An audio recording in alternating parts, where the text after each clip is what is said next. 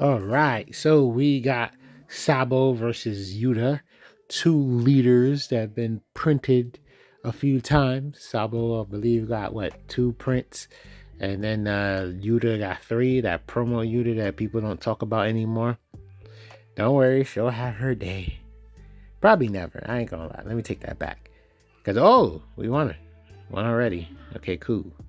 Okay, so now this is actually a Magellan match. We got Sabo versus Magellan. I don't know what they plan on doing for vanillas. They literally could come out with a bunch of cards that could just like, you know, pump them mad powerful and stuff. But I don't know. I feel like why print something that can't see play at all? That's how I feel. It's one thing if it falls off and nobody uses it again, right? That's it. It's had its moment. But when it never had a moment, what is that is like, come on, don't do that. So hopefully they'll come out with some support for like certain leaders that just couldn't see the light of day. We take that Magellan swing. So I want to say the next Red Yellow Sabo video would be the build that I've been working on. So this one's still my friend's build, as you can see, all the toddlers in hand. Get a Kikunojo out on the board. Very powerful card with this leader and its ability. But dag, Magellan be Magellan. Counter out of that. Don't want to get too low. And then we soon the games will begin. Let's see how much Don. Can we actually play something? Let me see. Okay, there's a lot of trigger summons here, but I don't know how people feel about the trigger summons that make you gotta chuck cards out your hand. I mean, trust me, I know they come in handy when it's time, but me personally, I'm always so cautious. The way this game is, and just losing cards out of your hand, like, ugh. So you always got to make sure the cards are worth it. So we can definitely do a Kikunojo swing for 6. Interesting. So I guess no need to. Okay, I see. I'll develop Cracker and just leave him there. Yeah, there you go. Because now it's like he has to debate and decide, do you want to attack Kikunojo and give me another life? And then we got the Cracker swing next turn. See, it's kind of funny. And now you are at 2, which is going to allow. Oh, he was thinking ahead. That was a good play. Okay then. I'll just put pressure on the leader and just try to defend against the Magellan swing. Come on, check those 2 cards. There's no way you're comfortable going down to 1. Okay. Now that was a smart law play. Swing for 7.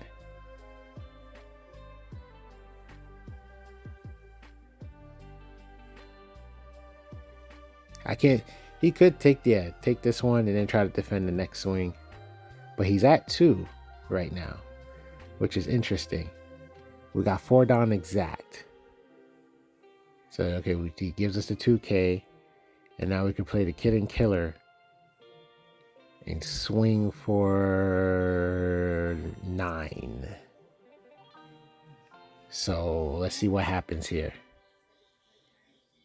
Okay, we put Cracker back on top, which is interesting because Cracker could give us the summon if he attacks, and that essentially keeps him safe. Kid and Killer is stronger, so he would have to invest in order to attack him. And so yeah, Kikunojo will give us a life. Attacking Kid and Killer, he would have to invest Dawn. And If he attacks life, Cracker gets summoned. So the opponent has to make a decision here. It's going to be kind of tough. So let's see what happens. He goes for life.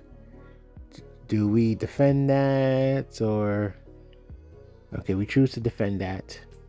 I'm surprised. You know what? No, going for the Cracker summon would just make us more vulnerable for attacks. If anything, okay. I'm like, it might... Nah, I doubt it. That would be overextended. I was thinking like, okay, this might encourage him to attack with his law blocker, but that would be super risky. So I wouldn't advise. We're losing lots of cards out of our hand. I think at that point it was probably better to just take the Cracker swing. But yeah, if he takes it, yeah, because it'll be way too risky. Yeah, take the Cracker swing. Have Cracker on the board, and then you have 1, 2, 3, 4 attacks essentially, and he'll have just 1 life, 1 blocker. I mean, there's plenty of cards in hand, so you have to think about that. Oh, what are we doing here? So we're attacking for 8. We're getting past the blockers. So this definitely forces the opponent to start blocking. But I feel like there's still no true ways around the blockers. The only thing I don't know. If I was the opponent, I'll take that. Okay, he did. And then just use my blockers plus the cards in my hand. Because I don't see... Oh, we have a Morrow in hand and we didn't set up for that. Yeah, we definitely could have had the Cracker come out.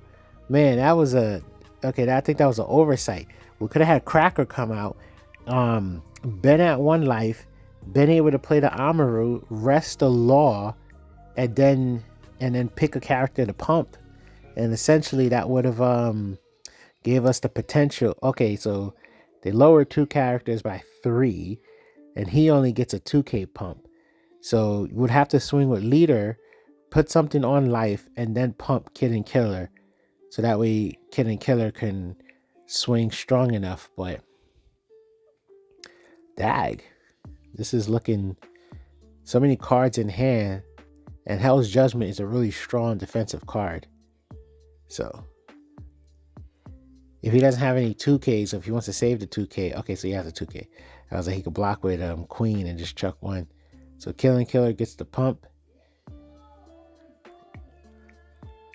And then attack with Kid and Killer. Attacking for 6. So, I mean, this might be the turn or the play where he ends up blocking with Queen and chucking for 1K. Okay, no, we just got that many 2Ks in our hand. Okay. So he has to get through 3 life. Our hand is bricks. We might keep the Cracker for counter power. But essentially, okay, so he goes after the Kid and Killer. We can't save it. This is very telling. So this should tell the opponent that, hey, we don't got anything in our hand. Summons another blocker. Okay, then. Attacks Kikunojo. And leaves us like that. Goodness. Pretty strong play. Not gonna lie. The only thing I could think of is essentially... You could probably summon Kikunojo. Go for a swing. Pump Garp and go for another swing. Hopefully that's enough Dawn. So 7k swing to entice him to attack with his blocker. I mean, not attack. Block with his blocker. Unless he's really comfortable. Because we got 4 life. So yeah, there you go. Block with a blocker. So he's checking. Wait, how many cards did he just chuck? Okay, he needed to chuck 2k. Because, okay. Put Kikunojo on top. Swing with Garp. That encourages another. And then he lets that one go. So now we are at 5 life. With a traditionally 4 life leader. We are at 5 life. He gets rid of the Garp because he doesn't want any of that pressure. And now he should be well aware that if he starts it... Okay. I see what you're doing. Okay, this one's a little tough. Okay, so he gives us the Kikunojo. That's surprising. I didn't think he was going to give us the Kikunojo, but now that Zebra's on the board, And this guy just got a wall of blockers. Goodness. So now that Zebra's on the board, anything that we're putting on our life, he can just get rid of essentially. So we got 1, 2, 3 attacks. He has 2 blockers, 2 cards in hand. No, he has 3 blockers. I'm sorry. I was just looking at the 2 queens only. Attack. I'm sure he's going to block it. Oh, he decided to scoop. A GG.